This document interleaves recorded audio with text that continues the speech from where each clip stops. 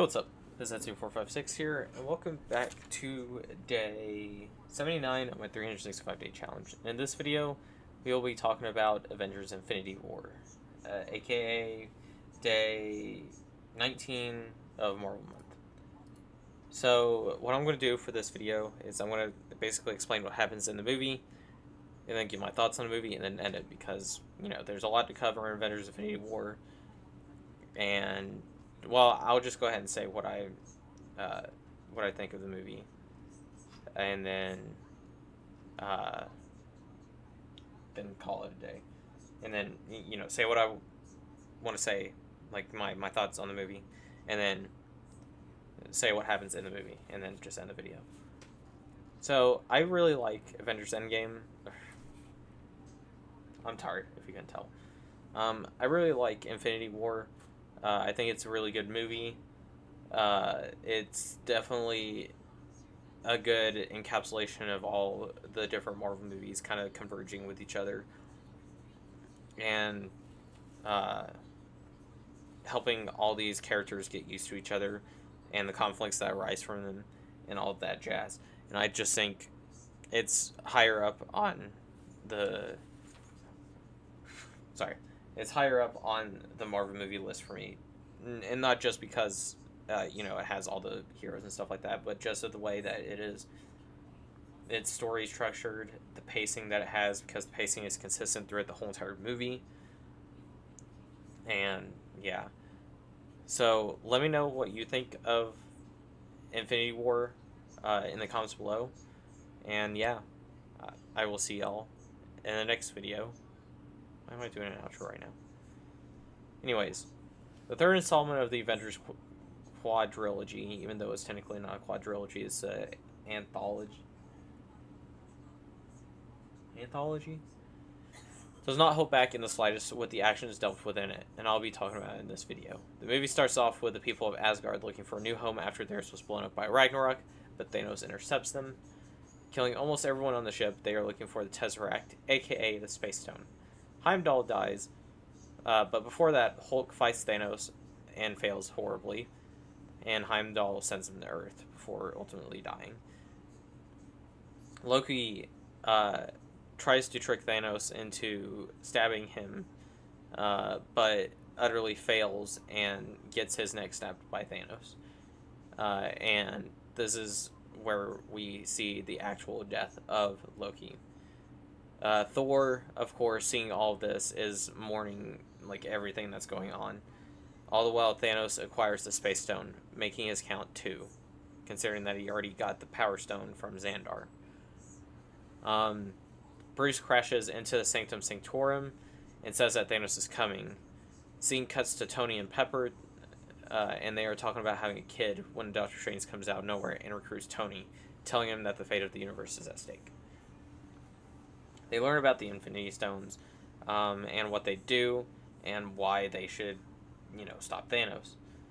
Out of nowhere, chaos erupts as two of Thanos' henchmen come to acquire the Time and Mind Stone, which are on Earth. The Time Stone being with Strange, and the Mind Stone being with Vision, of course. Tony, Steven, and Wong fight them, and Peter comes out of nowhere and saves Tony from being bludgeoned by a chain hammer thing. They snatch Steven and Peter.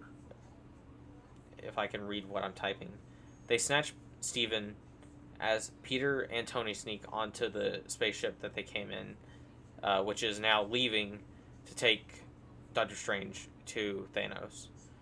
Bruce calls Steve Rogers for help after Tony says that they are not really on speaking terms, and then the scene cuts. The next scene is the Guardians of the Galaxy flying through space, responding to a distress signal. They find Thor and rescue him. Rocket, Thor, and Groot go to Nidavellir to get Thor a new weapon. Quill, Mantis, Gamora, Nebula, and Drax go to nowhere to find the Reality Stone, because that's where they heard that Thanos was going next, and they think it's the best shot. So they split up, they go their different ways, and after that, the scene The scene cuts to Vision and Wanda. They are in Scotland when they are ambushed by Thanos' other two henchmen. They struggle to escape and get cornered until Steve, Natasha, and Falcon show up. They subdue the henchmen and help take Wanda and Vision to Wakanda. After that, we get a flashback scene of Gamora's planet and her people getting massacred by Thanos' army. Gamora gets killed. Gamora's mom gets killed. And Thanos adopts Gamora. I'm having a stroke. And my tongue is starting to overlap with itself. Gamora asks Quill to kill her even if the situation calls for it. She makes him promise, and he does promise. They arrive at nowhere and realize very quickly that Thanos had already gotten there and that he acquired the Reality Stone. Thanos grabs Gamora, and the moment that was inevitably going to happen happens, and Quill shoots Gamora. The only thing that Thanos... I can't read. I apologize. I am so sorry.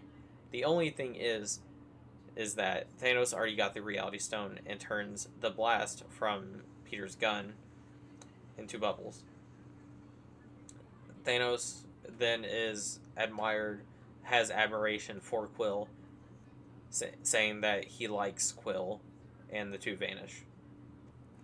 The scene then cuts to Rhodey, Bruce, Natasha, Steve, Stan, Vision, and Wanda all reuniting.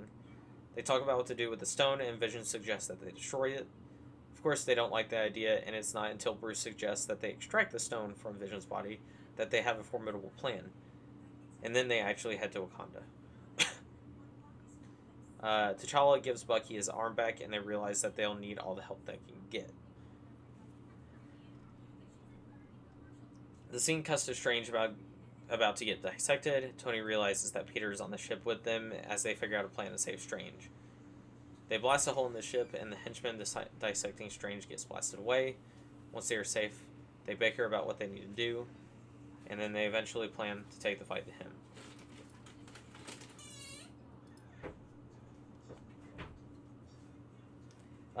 Then the scene cuts to Thanos trying to rationalize his actions to Gamora, and Gamora doesn't have it. Gamora learns that they've been torturing Nebula to get information out of her, but she never gave up that information. So this kind of leads into, us seeing that Gamora is now leaning towards the good side. But Gamora, of course, knows where the Soul Stone is, and Thanos convinces Gamora to give it to him, giving that info to him by torturing Nebula even more.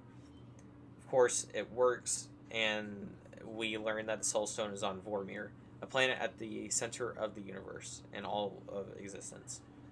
Thanos wants Gamora to take him there.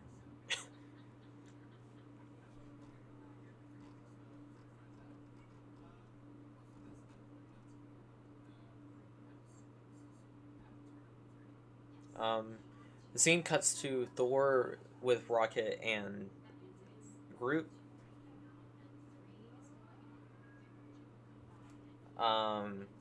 We learn that Thor knows how to speak Groot's language. Rocket talks to Thor, making sure that he's up for the mission, and gives him an eye to replace the one that Hela, injured on Ragnarok, Asgard.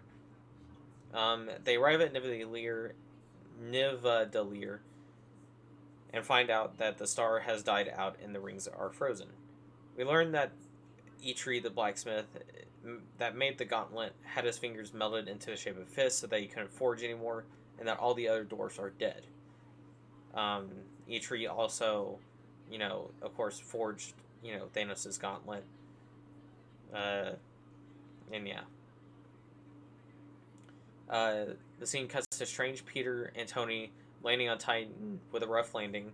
Once they land, they have a fateful encounter with Drax, Quill, and Mantis as they learn that they are on the same side. After a bit of confrontation and a little funny scene with them asking, where's Gamora, who's Gamora, and why is Gamora? Which, honestly, really well done. Back on Nidavellir, we learned that another weapon like Mjolnir called Stormbreaker and that all they need to do is get the star back up and running to forge it. Back on Titan, they try to formulate a plan where Tony tries not to have an aneurysm by the Guardians of the Galaxy's members' stupidity. We learn that Strange have been looking into future possibilities to see how many outcomes they win. And we learn that they only win 1 out of 14 billion. Yeah, not so good odds. On Vormir, Gamora and Thanos go to visit where the Soul Stone is being kept. This is where we learn where the Red Skull was warped to in the first Captain America movie. We learn that Thanos has to sacrifice Gamora to get the Soul Stone. He does that, and we actually learn that, as much as Thanos, quote unquote, had to do it, he does feel remorse about doing it. And we learned that he actually did care about Gamora, but it doesn't matter because who does that to their own daughter? And then he acquires the Soul Stone, making it 4. 2 more. Wait. 3. Mind Stone.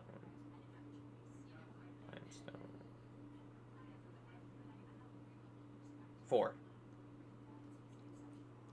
Okay. Back on Earth, they arrive at Wakanda and land safely. They have a decent army to face off against Thanos' army.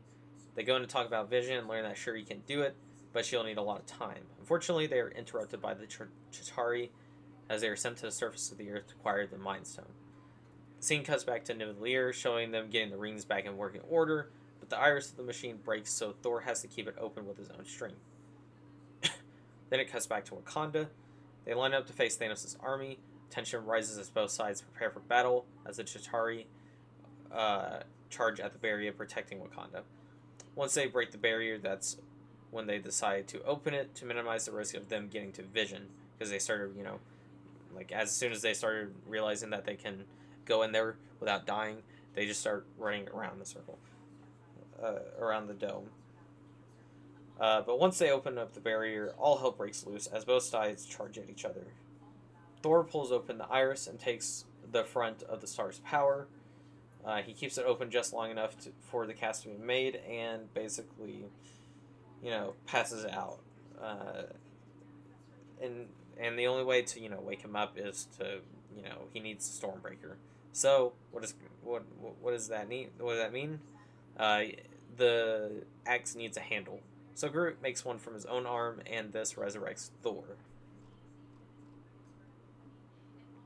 Here's where the good part starts. The fight continues on Wakanda as they start to lose ground. That is until Thor arrives with Rocket and Groot, and they completely begin to decimate Thanos' army. Back on Titan, Thanos arrives and meets with Strange. They talk about his plan, and Strange reveals that he is not alone as the fight begins. An epic culmination of fights between Thanos and the others ensues as it ends up with them trying to acquire the gauntlet. They get extremely close to getting it off until Quill learns that he sacrificed Gamora and gets pissed. He hits them relentlessly. I really need water. He hits him relentlessly, waking Thanos up and preventing them from getting the gauntlet. They get trampled relentlessly. Shuri gets closer to finishing, but it's still a decent ways away. Rocket and Bucky have an interaction, as well as Steve and Thor. Something happens that makes Wanda think she has to go help, which she does, but that leaves Vision vulnerable. They take out the rest of Thanos' henchmen, and Vision gets damaged in the process. Back on Titan, Peter makes sure that people are safe as Strange fights Thanos and then Tony, which Tony successfully lands a blow on Thanos, but it's only a scratch. Tony gets stabbed after failing to, stab Thanos himself, and as tensions reach its climax, Doctor Strange makes a deal with Thanos, giving him the Time Stone, and in return, he leaves Tony alone.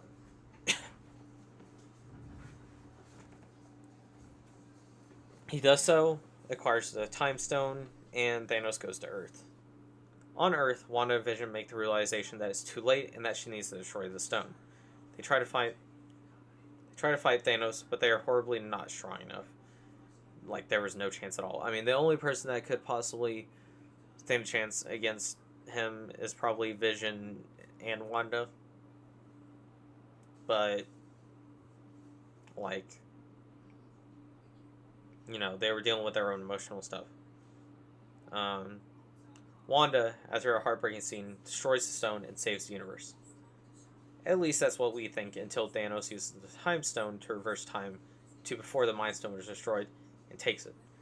Thor goes in for the kill as Thanos is getting overwhelmed by the stone's powers. This Stormbreaker slams into Thanos' chest, but that's not enough, as Thanos says, "You should have gone for the head," and then snaps his fingers. Thor is, obviously confused as to what happened. Thanos warps away, and they soon realize that they've lost. As it starts with Bucky, he gets blipped away, turns to dust, and all they could do is watch as their friends and family, quote unquote, die. They technically don't die. When they do die, it's hard to explain. And probably one of the most and probably one of the most heart-wrenching scenes, Tony loses Peter as his was slower than the rest, and we all see that. The movie ends with Thanos sitting down and watching the sunset on a quote-unquote peaceful universe, content with life now. And then, scene. I know a lot of people had complaints about, Hulk, kind of getting nerfed in the movie, but I mean, it's kind of whatever. And also, it was just bad timing. If Doctor Strange kind of, waited a little bit longer, he probably would have survived. Because then he would have had the Time Stone, they would have successfully destroyed the stone, and all would have been well. But if that happened, we wouldn't have an epic, final movie, Endgame, which I will be talking about in a couple days. But yeah, like I said at the beginning of the video, let me know what you think of Avengers Endgame. I know I was rambling a lot. I sound like a fucking auctioneer. But I hope you all have a wonderful night, and I will see y'all in the next video. See ya.